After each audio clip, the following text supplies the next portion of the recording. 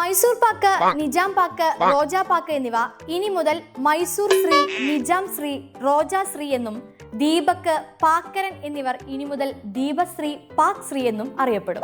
രാജ്യസ്നേഹവും ദേശവികാരവും ഊട്ടിയുറപ്പിക്കുന്നതിനായി മുറുക്കി തുപ്പുന്ന പാക്കിനെ പോലും വെറുതെ വിടാതെ ശ്രീയാക്കാനുള്ള ശ്രമങ്ങൾ എന്തായാലും കലക്കി. ഇത്രയ്ക്ക് മൂല്യമേ നിങ്ങളുടെ ദേശസ്നേഹത്തിനുള്ളൂ എന്നൊക്കെ ചോദിച്ചാൽ അത് മനസ്സിലാക്കാനുള്ള മിനിമം വിവരം പോലും ഇല്ലാത്തവരോട് എന്ത് പറയാൻ. വകതിരിവ് വട്ടപൂജ്യം. ഹേ ബേക്കറി ചട്ടൻസ്, ഒന്ന് ശ്രദ്ധിക്കൂ.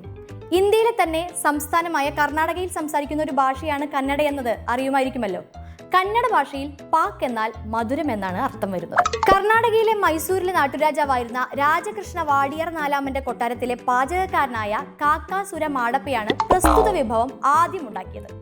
വളരെ രുചിയേറിയ ഈ മധുരം രാജാവിന് ഇഷ്ടമാകുകയും മാടപ്പയോട് ഈ വിഭവത്തിന്റെ പേര് ചോദിക്കുകയും ചെയ്തു.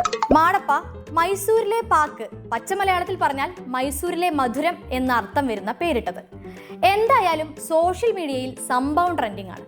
ഉള്ളിക്കറിയെയും ഹാൻസിനെയും മറികടന്നുകൊണ്ട് പാക്ക് എവിടെ കണ്ടാലും സ്ത്രീയാക്കി ട്രോളുകൾ വാരിക്കൂട്ടുകയാണ്. രാജസ്ഥാനിലെ ബേക്കറി ചേട്ടൻ രാജ്യസ്നേഹത്തിന്റെ മാതൃകയാകാൻ കണ്ടന്റ് ഇറക്കിയിട്ട് മൂപ്പരിപ്പോൾ പാക് ട്രോളുകളുടെ മുഖശ്രീ ആയിരിക്കുകയാണ്.